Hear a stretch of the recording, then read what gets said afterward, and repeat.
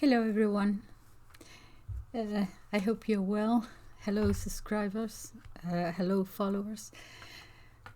Today I'm going to go back to a topic that I have dealt with before, and that is women in politics, women in power, not just in politics but in power, to express again my disappointment with their leadership.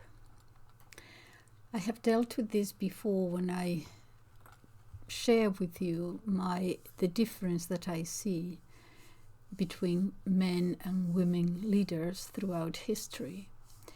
Men always used power, and women used their moral authority, sometimes to change the world.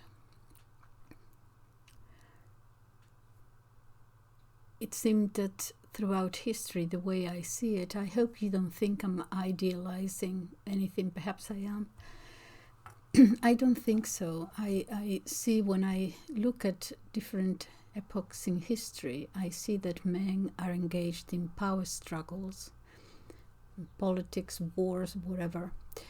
And there comes a time when there is stalemate, or they lock horns at one particular point in history, and here at that moment always comes a woman to disentangle the entanglements, as it were, and lead forward. Think of, there are so many, where are the Joans of Arc, or Isabella of Castille, or Katherine the Great, Elizabeth I, Agustina of Aragon, who fought against the French invasion of Spain in 1812. Pasionaria, I talked about Pasionaria, the legendary figure during the Spanish Civil War, a woman who taught herself how to read and write, and nevertheless she managed to unite all the left Republican forces there. She was a communist. Never mind this. I'm not arguing about being in favor or against their beliefs, but they managed to disentangle men, as it were. In the case of Pasionaria, unite all the forces and told everyone, "Shut up, all of you, follow me," kind of thing. I don't see women today exercising this kind of leadership. They all seem to just follow orders, or follow the trodden path that men have trodden, as it were. They're just following. No one stands out as a different voice that will unite or lead their forces or the world in one direction. I'm going to concentrate on 4 of them, just to share with you what I feel, obviously, what I feel about how they use their power. I'm going to concentrate, or they have used their power. I'm going to concentrate on 4. Pelosi, no longer the Speaker of the House, but Clinton, Hillary Clinton, no longer in power, directly anyway. Giorgia Meloni of Italy, and last but not least, Victoria Nuland of the United States. I'm not going to waste any time talking about the lesser one, the minions, as it were. For example, Sanna Marin in Finland lost the election, but she brought Finland into NATO. That seemed to be her brief. You do this, and don't worry if it proves unpopular and you lose the election. It doesn't matter. We'll look after you here. Your brief is to do this. Or Jacinta Ardern in New Zealand. Your brief is to do this during the pandemic, and so on. Don't worry about what happens afterwards. We'll look after you. The other one, Annalena, in Germany, Annalena Baerbock, I believe her name is, from the Green Party. The Green Party, who was always a pacifist sort of party, now there she is. It seems that her brief is to keep Scholz in check, to make sure that Germany stays the course, kind of thing. Don't worry if, you afterwards, again, we look after you. Ursula, someone called her Ursula fond of lying. Anyway, this person seems to me always, again, following orders, to keep the EU within the confines of the Western hegemony, kind of thing. It's amazing because this woman has never really achieved very much, but she keeps being promoted. I read that, for example, when she was the Minister of Defense in Germany, she made a mess of it, but it doesn't matter. I don't know what her gifts are. She doesn't seem to me to be particularly intelligent. I see her as rather mediocre, really, but perhaps she's a good organizer. Anyway, she's good at following orders and not stepping out of line. But I won't deal with those. I'll deal with these four that I have mentioned because I think that they have expressed their power in different ways. Nancy Pelosi, the former Speaker of the House, an Italian American, her family had been D'Alessandro's, had been always in politics. Her grandfather, her father, in Congress, some of them. So she was very much involved from a very young age in politics, within the political surroundings and so on. She got to be Speaker of the House, a position of tremendous power, really, in the United States. And the defining point for me was when, you remember when President Trump was given the State of the Union address. I think it was the first one. And it is a ritual and a ceremony. The president comes to Congress and delivers a speech about what he has done during the previous year, what he's going to do in the next year. It's a ceremony, it's a ritual. And you remember Nancy Pelosi sitting behind and tearing with total anger and contempt and disdain the speech that the president had given her beforehand.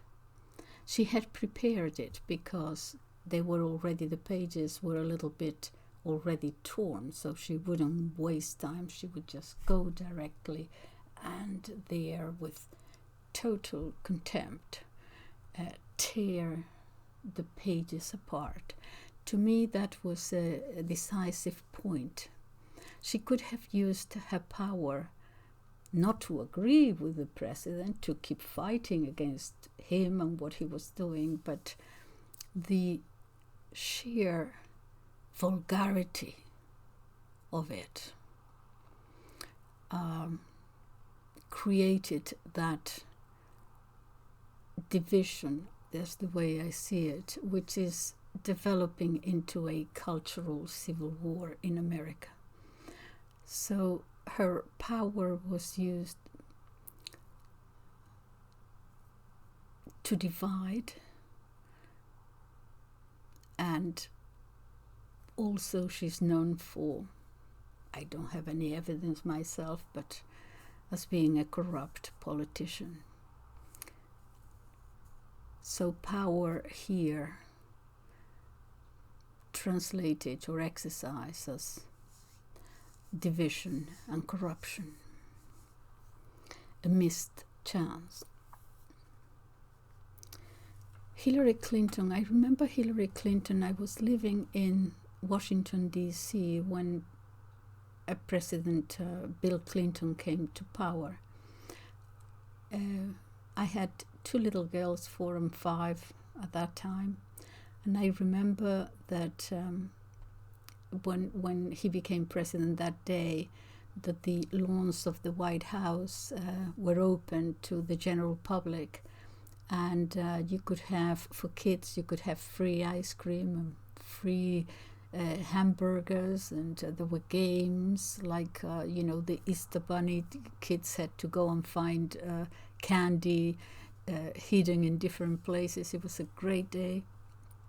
I also had a very good friend at the time who was a Native American, and she knew her well, and she told me, Bill Clinton is fine, but oh my goodness, his wife, she's so intelligent. She was and she was in touch with her and gave her a couple of names of Latin American women to see if they could be working at the White House and so on. So everyone respected her as someone who was extremely intelligent. Anyway, she did try to do several things during her husband's, especially at the beginning. You remember the health care. She worked very hard on that. So she was traditionally from the left, from the old left. She had been influenced by, I don't remember the name now, but a left-wing theoretician. I don't remember his name now. Famous at the time. But in any case, something happened. I heard someone from those times in an interview saying that she had changed. That at the beginning she wanted money to obtain power. But now, when he was speaking a couple of years ago, perhaps a few more, that she used power to gain money. Anyway, I don't know whether, well, it was his assessment anyway. But I do see a change in Hillary Clinton, in that, to use this overused phrase of crossing the Rubicon, it seems that she crossed the Grand Canyon to me in moral terms. And I see her very much there in the background. Her hatred for Donald Trump obviously is obvious, but it seems that she used her power as a means of revenge. So I see her as power translated into revenge against Trump, or against those who follow President Trump.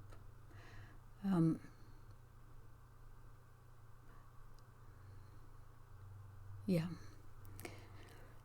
So Pelosi, division, corruption. Hillary Clinton, hatred translated into revenge, and everything is okay, whatever it takes. Giorgia Meloni is the Prime Minister of Italy. I'm rather disconcerted myself about her stand. We all saw her as someone who was fighting especially before she was elected, fighting, it seemed to the rest of us as if she was fighting let's call it by its generic term, the woke ideology. You remember her saying, sono italiana, sono madre. And it was going against this woke cultural display of social division and so on. So we thought for a very brief moment that she was actually the woman who would speak truth to power, so to speak. And we were surprised when practically the next day she just prostrated herself into those who hold power at the top, the globalist, or call it what you will. She prostrated herself there, prone, perhaps supine, don't know which one, and went along with the powers, and is going along with the powers that be. With NATO and the war and so on, she is not with the side that normally goes against the woke ideology. And one has to ask oneself, how can this be? Because you see, the ones who hold the power, let's call it the ruler or the rulers, okay, use these two ways. One, to create social division through the woke ideology, and the other lung, as it were, is the neocons with the pro-war stand and so on. So the neoliberals are the social side of it, the cultural side of it, and the neocons, so-called, the actual Western hegemony part. And you cannot really disassociate the two, because one helps the other. Yes. So to maintain that you are against the woke ideology, but then, in other words, against the neoliberal, but then accepting what the neocon tells you, does not make sense. The people at the top use both. Yeah. So didn't she know that the masters are the same ones? Or did she deceive? I find it difficult to believe that she doesn't connect the dots, as I find in many other political leaders of today. So her power translates to me into either deceit or betrayal of those who voted for her. Now, Victoria, again, as I said, she could have, has he taken a different stand, she could have perhaps united the forces that are trying to bring a sort of a stop to the war, let's say. But she didn't take that chance. She took the side of those in power. Victoria Nuland, I am actually quite fascinated with her, because I'm going to, where is it? I made a note here, because I'm going to summarize one of the interviews of, just to give you a little bit of history, about a Polish historian. His name is Mike Krupa. Okay, and this was an interview, and I will put it down below so that you can watch it if you wish. It's a YouTube channel called Geopolitics in Conflict, and he was being interviewed, and he gave us a little bit of the history of the conflict with Poland and Ukraine and so on. And as I said, I will put it down below, because these are not my thoughts. I basically don't know anything about the history of the Ukraine or of Poland, really. But he says, for example, before this present conflict, the history,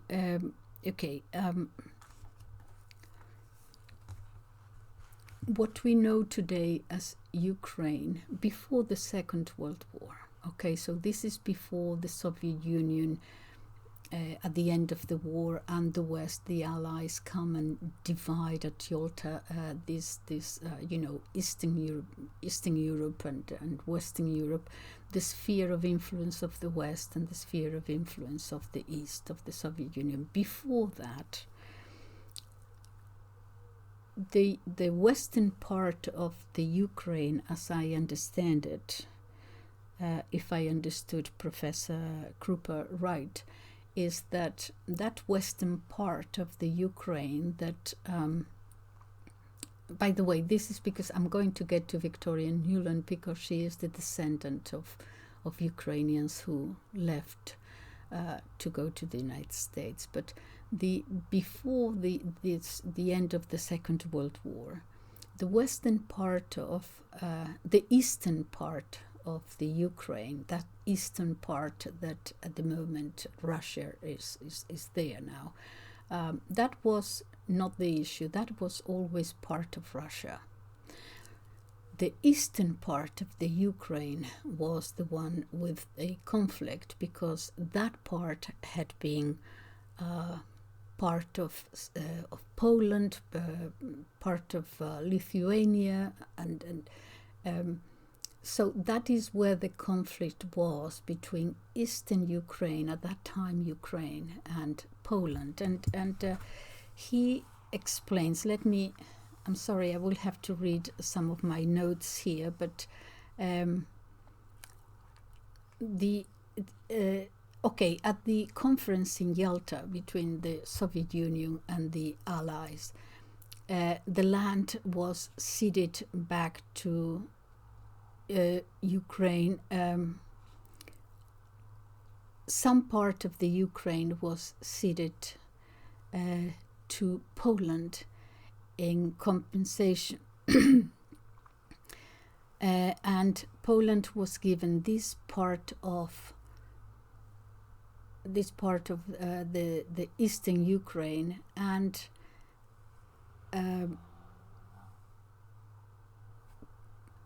part of Germany was also given to Poland. Let me see, because I'm not reading this very well. For Poland, that eastern part of the Ukraine, they refer to it as Ruthenia.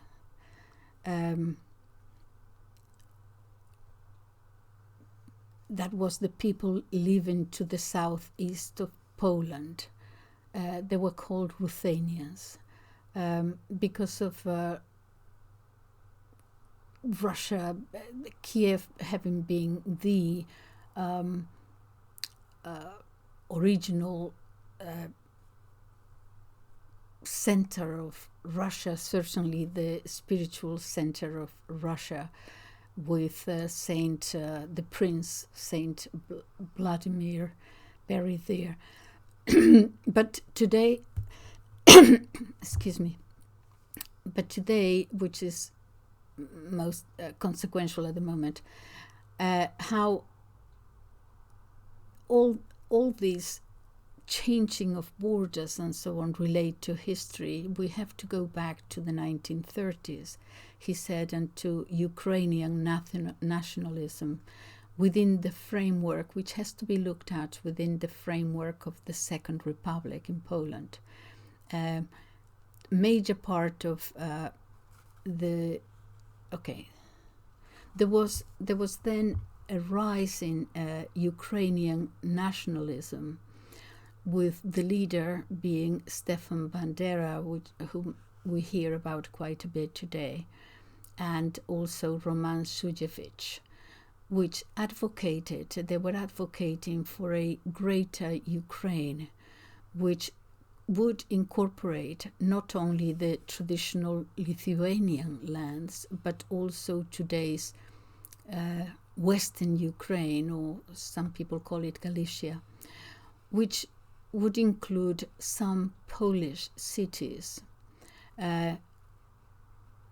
So the initial contention was not against Russia or the Soviet Union, but against Poland, and they organized this in order to regain those parts of what they considered Ukraine, but they were now part of Poland, and they organized, and the historian, this Professor Krupa says, they organized a force using terrorist tactics. This is understandable when I'm not condoning terrorist tactics, but when all nations have conflicts of borders and so on, you're going to have this. Okay, so Bandera was convicted for the assassination of a Polish minister. He actually went to jail for it, and fast forward to 1939, when the Soviets came in to fight the Germans. The Third Reich actually begins to see that these Ukrainian nationalists could be useful tools to go against the Soviet Union, which was advancing against them, obviously. Not only to keep the Poles under control, but also in promulgating, he says, their anti-Soviet policy in the East. And in 1943, the insurgent Ukrainian army, or the UPA, as it was called, began a campaign of ethnic cleansing. Literally, he says, they believed that the Poles, and specifically the Polish landowners who were aristocrats and who had ruled this Western Ukraine for a long time, were occupiers. So we see them fighting what they believed to be occupiers of something that could be the greater Ukraine, and so they went against them, obviously. So they wanted to, and they needed these Polish aristocrats and landowners, they needed to be expelled by force if needed. And to that end, they conducted campaigns of mass genocide, Krupa says, and I quote him, that makes Somalia, Yugoslavia, the Hutu and the Tutsi a walk in the park. The level of barbarism, he says, was seen in many massacres. He refers to a film, however, called Falling, that depicted, however, how the Ukrainian people actually lived side by side with the Poles, and there was no problem there. In many families, Christmas, for example, would be celebrated twice according to the Roman Catholic or the Orthodox calendar. So people were living kind of side by side quite happily. But Christians celebrated Christmas twice, but under the insurgence of this group of an ideology of greater Ukraine, or nationalism for Ukraine, they began to see as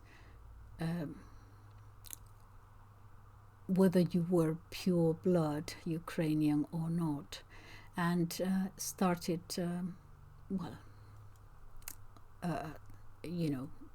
terrorism, war ensued, really. They started killing the Poles off, and they started with the Poles and then the Jews, and other Ukrainians, however, he says, would try to save their Polish neighbors, as also people would try to save many Jewish people. The number of people killed, he says, we don't know, but certainly minorities suffered tremendous, a great amount of killing at the hands of Bandera and his henchmen. A cleansing campaign of about 200,000 Poles were killed. And these campaigns continued after the war. Now, then, of course, we have, after the war, we have the Soviet Union extending its sphere of influence, obviously, to incorporate Poland. And anyway, the Polish state and the Soviet communist regime was established after 1945. The government then took a very hard stand to clean this southeastern part of Poland of the remnants of that insurgency, of the militants. And in 1947, they conducted an operation to deny their militias of their support. So there was a huge deportation campaign that was used to deprive them of their land support. The campaign, the Ukrainian for southeastern, the Ukrainians from southeastern Poland were deported to northwestern Poland, especially to North Silesia and other places. In other words, they dispersed them, and so they lost their basic operations as an organization, this group.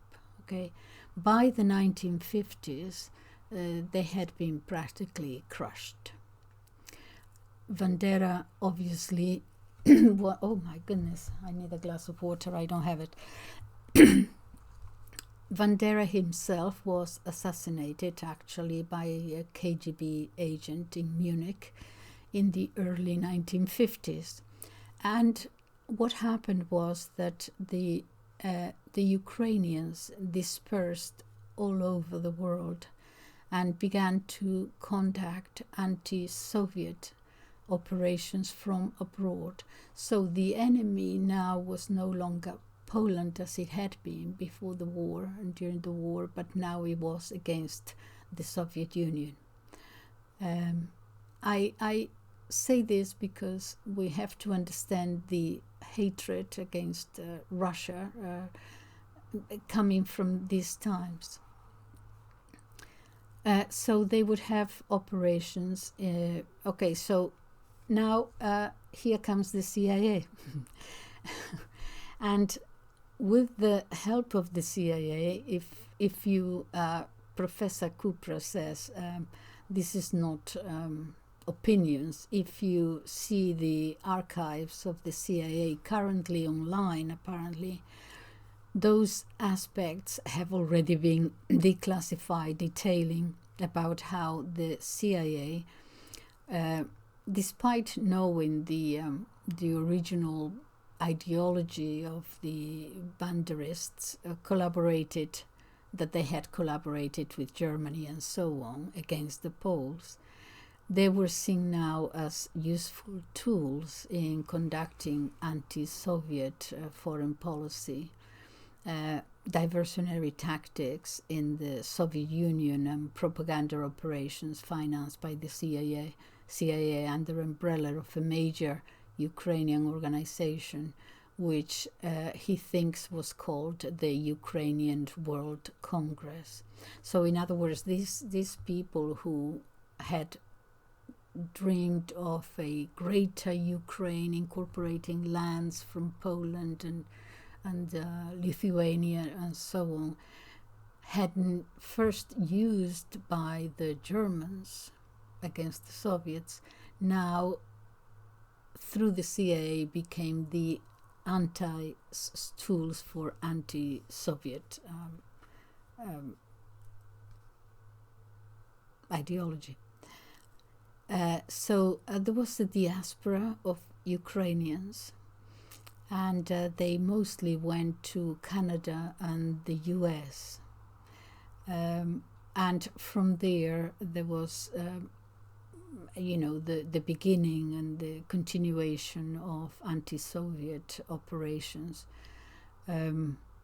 while at the same time obviously remaining loyal to the cause of Ukrainian nationalism.